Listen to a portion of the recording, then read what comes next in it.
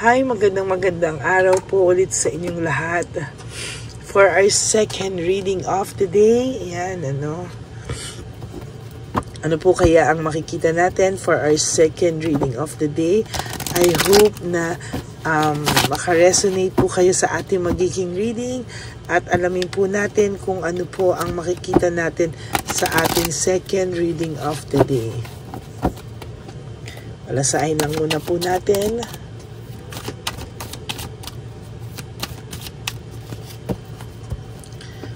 Yan, pili po tayo ng 10. 1,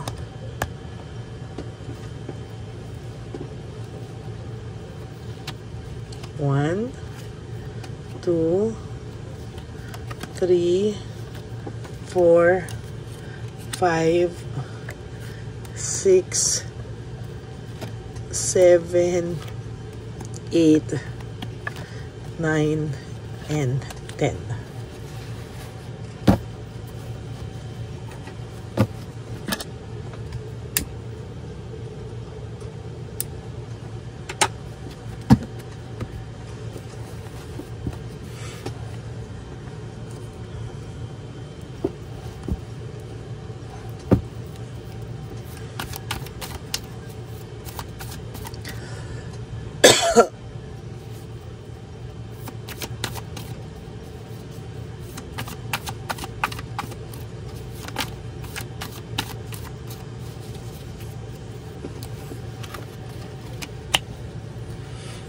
Pili po tayo ng 10. 1, 2, 3, 4, 5, 6, 7, 8, 9, and 10.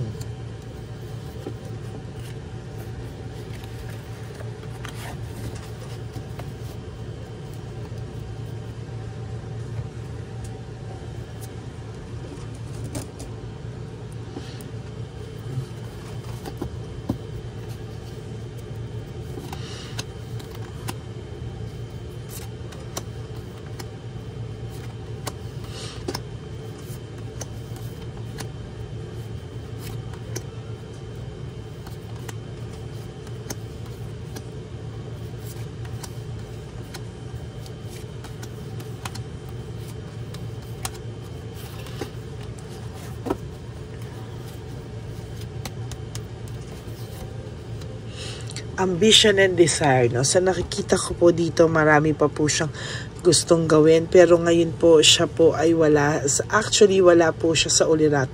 Wala po siya sa sarili, no? Hindi po siya masyadong kumbaga ay hindi po siya makafocus sa kanyang mga gagawin sa ngayon, Marami po siyang bagay na nagawa o naiisip niya po ngayon na marami po siyang bagay na nagawa na dala po ng hindi pinag-isipan. Very, very impulsive. At sa totoo lang po, talagang sa nakikita ko po dito ay nahihirapan po siyang tanggapin. Siya po ay may resentment. Nakikita ko po talaga may resentment siya. Meron po siyang pagsisisi. Pero parang galit na galit po siya, kunwari sa'yo, pinalalabas niya po talaga, ang dami niya pong masasakit na salita na sinasabi, pero sa totoo lang po, hindi niya po minimin yung mga masasakit na salitang binibitawan niya po sa'yo at sa mga ibang tao, no?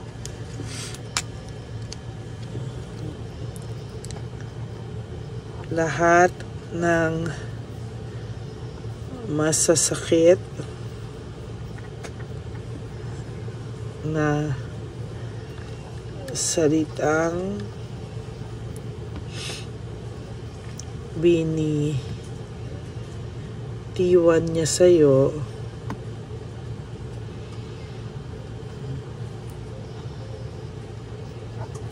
ay hindi niya minimin. Kabaliktaran lahat.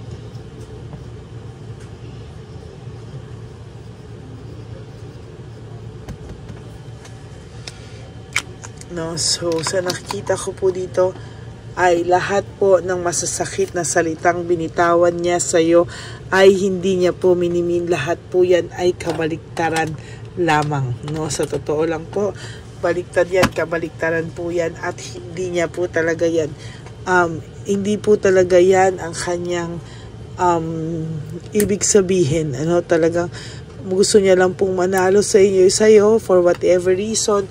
Gusto niya lang pong mapakita kunwari na siya ay galit sa'yo, siya ay ganyan. Pero deep inside po, sa totoo lang po ay, ayan, no, talagang hirap po siya, no? Hirap na hirap po ito sa ngayon. New feelings, gusto niya pong magkaroon ng bagong pakiramdam, gusto niya pong magkaroon ng peace of mind, gusto niya po talagang malihis dito, no, sa lahat ng nangyayari sa kanya.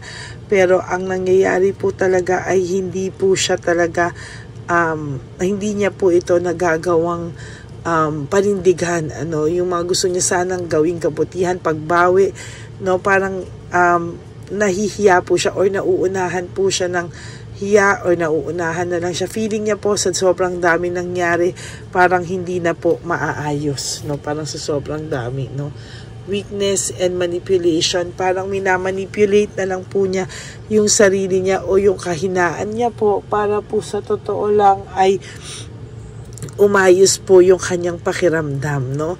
Parang gusto niya na lang po kunwaring ipakita na ito po ay medyo hirap po siya, no, na sabihin sa iyo kung ano po yung totoong nararamdaman niya. Well, in fact, hindi niya rin po talaga alam kung paano, saan siya magsisimula, no? Sa totoo lang po, itong taong pong ito ay hindi po siya makamove on, no? There is lack of balance, no? May lack of balance po akong nakikita dito, at hindi niya po din alam kung ano po ang gagawin niya sa mga susunod na panahon. Paano niya po mababawi lahat-lahat, no? Ayaw niya po ng rejection, and kahit may resentment po siya, ayaw niya pong pakita yung lahat ng resentment na nararamdaman niya because he is too scared. He or she is scared of rejection, ano? Takot po siyang ma-reject, takot po siya, at hindi niya po alam kung ano lalo yung mararamdaman niya kapag siya daw po ay na-reject. Oh my, there is sadness, depression, and negativity. Sa totoo lang po, sa ngayon, meron po siyang sadness na nararamdaman, no? Depressed po ito, may negativity po ito. At sa nakikita ko po talaga dito ay pagod na pagod po siya sa mga nangyayari sa kanya sa ngayon. Following the heart, gusto niya man pong sundin yung pakiramdam niya, gusto niya man pong sundin yung alam niyang tama, pero hindi niya po magawa dahil ang pakiramdam niya po talaga ay pakiramdam niya po medyo hirap na po siyang mabawi pa yung mga ginawa niyang kasalanan, ano? Parang ang pakiramdam niya po is hindi na po niya maitatama lahat, no? At sa nakikita niya po, mahihirapan po ito sa mga susunod na panahon dahil hindi niya po magawa kung ano po yung alam niyang tama, no? Sa susunod po, mararamdaman yung pangangailangan niya sa iyo, yung lalapit po ito sa iyo talaga, no? Pero pag nakita po nito na ikaw ay umaayos na, ikaw ay nakaka-recover na, para pong mai-insecure sa iyo yung tao na to, no? Para pong doon po siya magsisimulang makaramdam ng pagkabagot, sa totoo lang, no? Mental disease, para na po siyang mababaliw sa kakaisip, at minsan ganyan din po ang pakiramdam mo, no? Pakiramdam mo po para kang mababaliw sa sitwasyon, isip ka rin po minsan ang isip sa kanya, at totaling siya po ay talagang sa nakikita ko ay hirap din naman po siya, no, nasabihin sa iyo kung ano po din yung kanyang nararamdaman, ano? Most of the time, itong taong to ay hindi niya rin po alam kung ano po ang gagawin niya sa iyo. At hindi mo rin po alam kung ano ang gagawin mo sa kanya, dahil talagang napapagod ka na rin. Minsan parang gusto mo na siyang i-give up, or for some of you, give up mo na yung taong to. Bakit? Napaka-possessive, napaka-greedy. Sarili lang po niya ang kanyang iniisip, no? Parang ang pakiramdam mo, wala siyang ibang iniisip kung hindi yung sarili lamang niya, no? pagod ka na sa ganitong gawain, no? And there is doubts, no? Meron ako nakikita ditong difficulties, doubts, no? Lack of satisfaction. So nakikita ko pagod na rin ito sa mga nangyayari sa kanya, and hindi rin niya alam kung ano yung mga susunod pang mangyayari sa buhay niya, no? Yan po yung nakikita ko sa totoo lamang. Passion and high standard. Sa nakikita ko po, itong taong to ay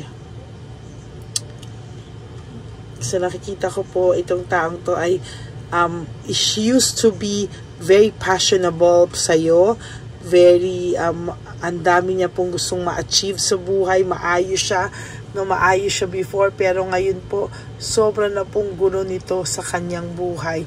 Wala po akong nakikitang direksyon dito, and as a matter of fact, talagang greedy siya. O paulit-ulit ko pong nabubunot yung greediness, no?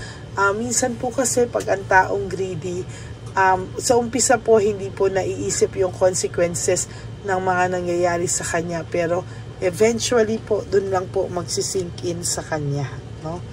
There is sacrifice and martyrdom. Nagsakripisyo ka po dito ng maigi, talagang nagsakripisyo ka po ng mitindi, pero ang pakiramdam mo po, hindi niya lang po ito inappreciate, no? Sa totoo lang po, nasasaktan ka kasi ang pakiramdam mo po dito ay wala lang pong ginawang tama, no?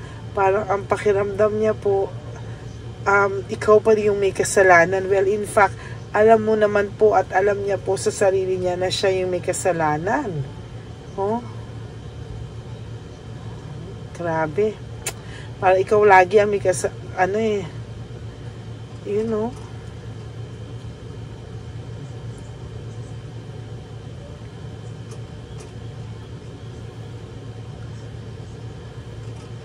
Pinaramdam ko po yung energy nito ngayon. Talaga po medyo mabigat po, no? May talaga totoo po itong depression, sadness, negativity. Nararamdaman ko po sa energy ngayon, right at this very moment. Nung tumahimik po ako, oh, talagang pumikit po ako at niramdam ko po yung energy niya. Ayan, no? Hindi niya po talaga alam, oh.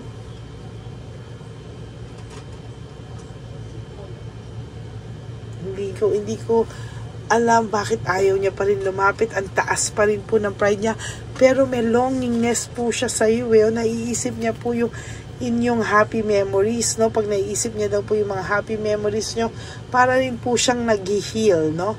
Para po siyang nag-heal, para po siyang hindi niya po matanggap talaga yung mga nangyayari sa kanya. Kaya ito po, sa nakikita ko po, minsan give up po siya, no? Overwhelmed din po siya sa mga nangyayari sa buhay niya. Minsan parang gusto niya na pong sumuko, at minsan po ay pasuko na din po siya, no? Meron po ako nakikita dito na when it comes to emotions, may emotional immaturity, insecurity, and disappointment, no? Sorry po. No, meron pong insecurity ako at disappointment na nararamdaman dito, no? Sobra pong lungkot, oh. Sobra pong lungkot niya, may longingness po siya sa iyo, pero wala naman po siyang magawa, no?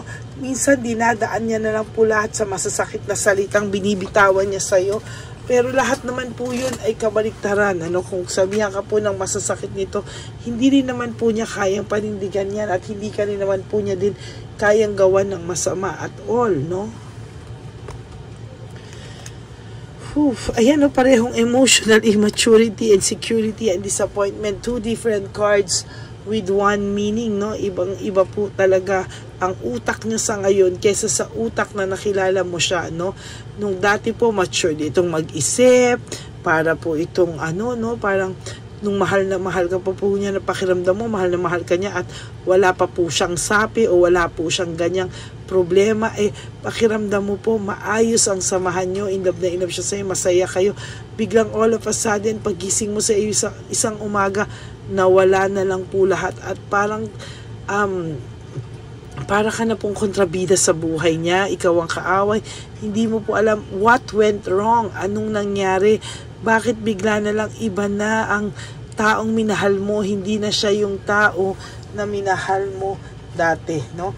Ngayon po ay meron ako nakikita sa person nyo na depression, at talagang depressed din po ito kasi kahit po siya, hindi niya po maintindihan kung ano po ang ginawa niya sa buhay niya, kung ano po ang ginawa niya sa sarili niya.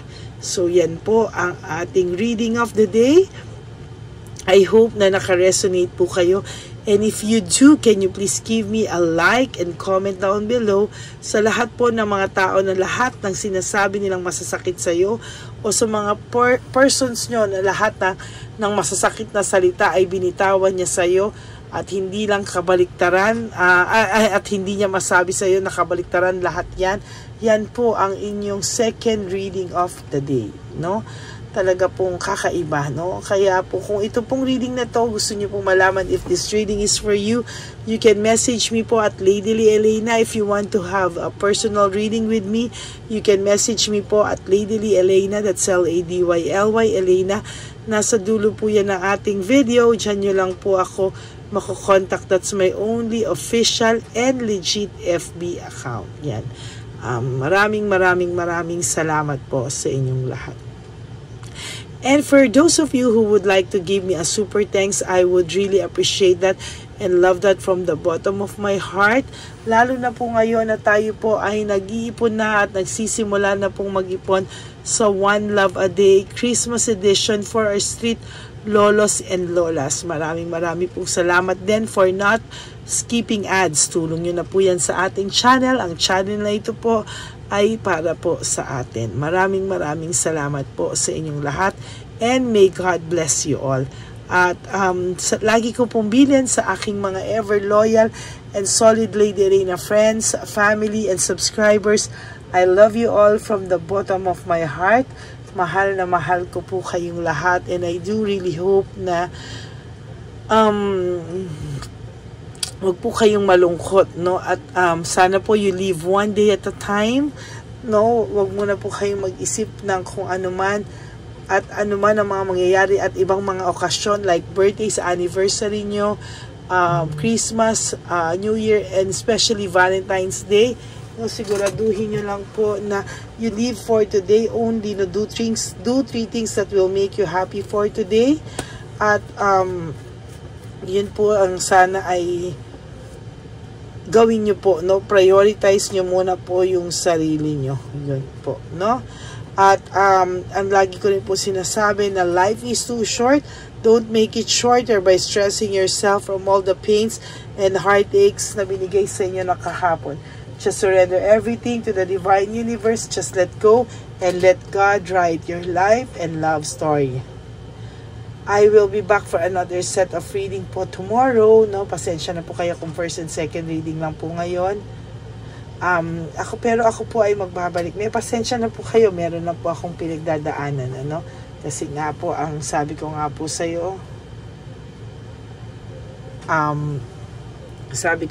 sa'yo, ay ako po ay may pinagdadaanan lang at ako po ay namatayan ng kaibigan, kaya pagpasensyahan nyo lang po. Pero ako po ay magbibigay pa rin po sa inyo ng reading of the day. Bukas po ulit ako ay magbabalik para po sa inyong lahat. Maraming salamat, and please help me reach 20,000 subscribers. As of the moment, we are approaching 15,000 subscribers. Pakikalat pa po ang ating channel para mas marami pa po tayong matulungan. God bless you all, and I love you all from the bottom of my heart. Bye!